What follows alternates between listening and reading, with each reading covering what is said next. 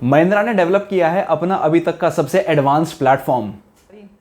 हालांकि ये प्लेटफॉर्म इनकी फ्यूचर इलेक्ट्रिक एसयूवीज के लिए है, लेकिन सिर्फ गाड़ी ही इलेक्ट्रिक नहीं, मैं तो कहूंगा कि प्लेटफॉर्म भी काफी इलेक्ट्रीफाइंग है। प्लेटफॉर्म का नाम भी बड़ा यूनिक है, इनग्लो। इस प्लेटफॉर्म को बनाने में महिंद्रा ने हर चीज का ध्यान रखा है, adaptability, efficiency, performance, range, dynamics, safety, versatility और सबसे advanced human machine interface. Platform काफी एडवांस्ड है और बहुत इंटरेस्टिंग भी है। आई एम श्योर इसकी सारी जानकारी लेने में आपको बहुत मजा आने वाला है। इसकी सारी एस्पेक्ट्स को डिटेल्स में डिस्कस करने के लिए वीडियो के एंड तक बने रहिए।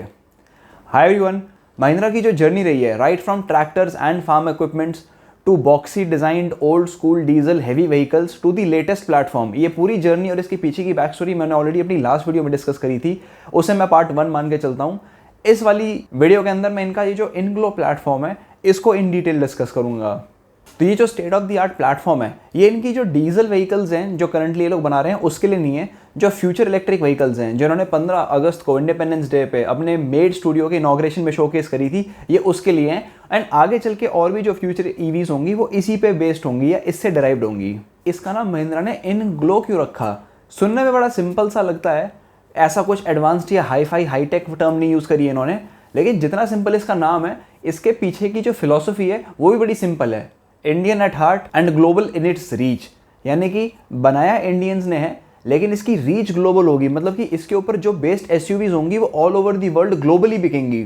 तो इसलिए इन्होंने इंडिया और ग्लोबल दोनों को कंबाइन करके इनग्लो बना दिया। इसके अलावा महिंद्रा को ये भी लगा कि इसका जो ये ग्लो वाला पोर्शन है ये थोड़ा सा flow and exchange of energy, emotion, इसको भी सिंबलाइज करता है, अ ग्लो ऑफ वेल बीइंग। तो ये भी एक रीजन है जिसकी वजह से इन्होंने इसको इन ग्लो बोला है। खैर मुझे ऐसा लगता है कि पहले इन्होंने इन ग्लो नाम डिसाइड कर लिया, फिर इनको बाद में आइडिया आया होगा कि यार ग्लो को इस चीज से भी एसोसिएट कर देते हैं तो ये भी बोल देंगे।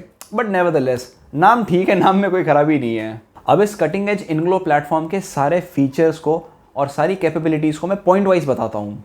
Number 1, endless adaptability. इसका मतलब ये है कि ये जो प्लेटफॉर्म है इसका डिज़ाइन मॉड्यूलर तो है ही, साथ ही साथ स्केलेबल भी है। ये काफ़ी सारी मल्टीपल तरह की चेसीज के साथ इंटीग्रेट हो सकता है, जिनकी लेंथ अलग हो, विड्थ अलग हो, व्हील बेस अलग हो और ओवर एंग्स भी थोड़े से ज़्यादा या कम हो।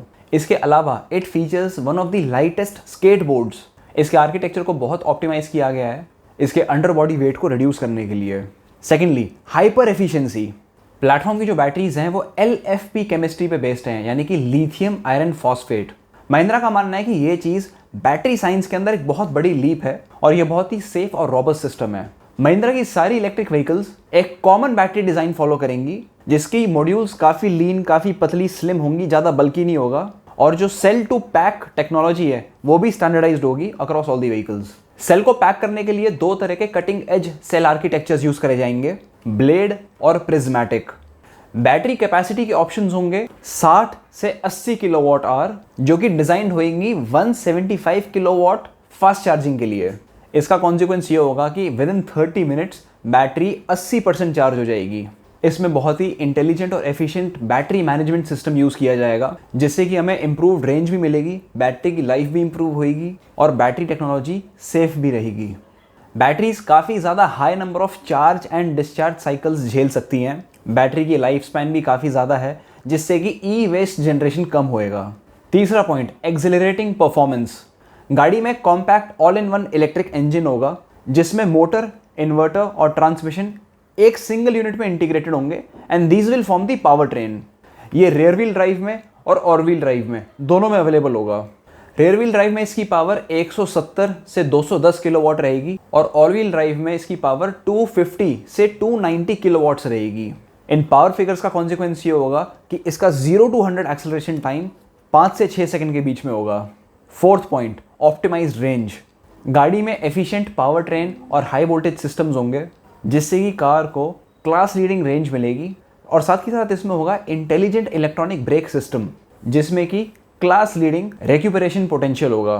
कार्स के बॉडी टाइप को इस तरह से डिज़ाइन किया जाएगा जिससे कि इसके एरोडायनेमिक्स इंप्रूव हो, एरोडायनेमिक ड्रैग डिक्रीज हो। लेकिन सिर्फ बॉडी नहीं, व्हील्स और टायर्स पे भी काफ़ी ध्यान दिया जा रहा है।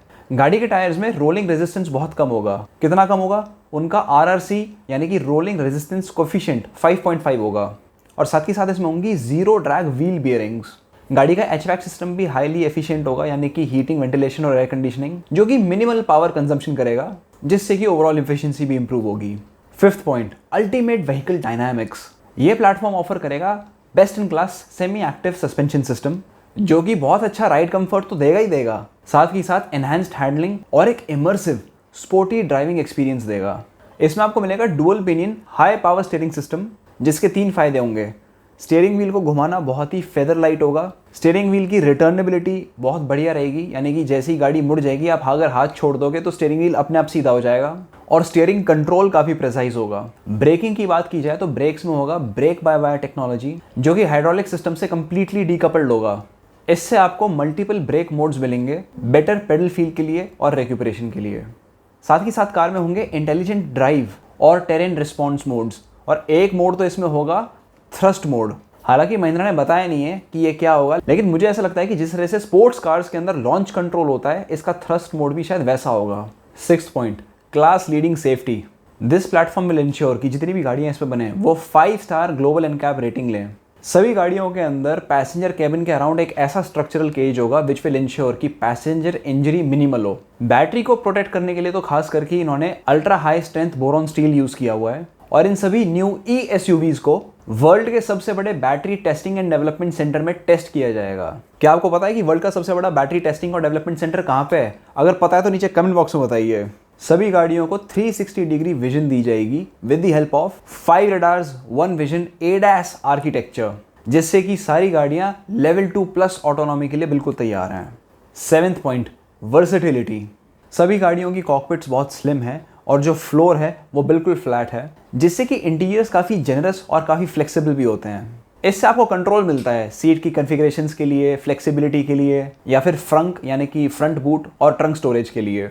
गाड़ियों के अंदर व्हीकल टू लोड फंक्शनैलिटी भी आएगी, यानी कि गाड़ी को as a power source use करके आप कोई भी अप्लायंस चार्ज कर सकते हो। गाड़ी आपके लिए एक पोर्टेबल पावर बैंक की तरह यूज़ हो सकती है। 8th point, HMI next level brain power. Inglo platform support करता है एक complex network of built in intelligence with the help of 3 high performance computers. इसकी कैपेबिलिटी इतनी है कि ये 1 सेकंड में millions of reactions and decisions ले सकता है। ये जो high performance integrated computational platform है, ये माइक्रो सर्विसेज भी एनेबल करता है, एम्बेडेड 5G नेटवर्क कैपेबिलिटी भी है, और सारे सॉफ्टवेयर्स में ओवर द एयर अपडेट्स भी हो सकते हैं, जिससे कि आपकी गाड़ी एकदम लेटेस्ट रहेगी, कभी ऑब्सोलीट नहीं होगी। अगर आप पूछो कि कंप्यूटिंग पावर कितनी है, तो वो है 2 lakh DMIPS with the help of dual octa core processors. आपने आजकल की गाड़ियों में देखा ही होगा, पहले नॉर्मल छत आती थी, फिर सनरूफ आने लगी, अब पैनोरामिक सनरूफ आती है। महिंद्रा कहता है कि ये अपनी न्यू इलेक्ट्रिक SUVs में पैनोरामिक डिस्प्ले देता है। पैनोरामिक डिस्प्ले के अंदर 3 कंपोनेंट्स हैं। सबसे पहली बात, जो सामने डिस्प्ले है, जो स्क्रीन है, infotainment plus instrument panel, that is edge to edge vista screen display, जिसमें कि आपको बहुत पतले बीजल्स मिलेंगे और 1920x720 का HD रेजोल्यूशन मिलेगा। दूसरी चीज जैसे कि महिंद्रा कहती है वो है मार्स रूफ। वीडियो फुटेज के अंदर देख के ऐसा लगता है कि इन्होंने छत पूरी की पूरी ग्लास की कर रखी है, जिस तरह से टेस्ला मॉडल Y में आती है। और तीसरा चीज है इसका फ्यूचरिस्टिक AR यानी कि augmented reality enabled HUD heads up display.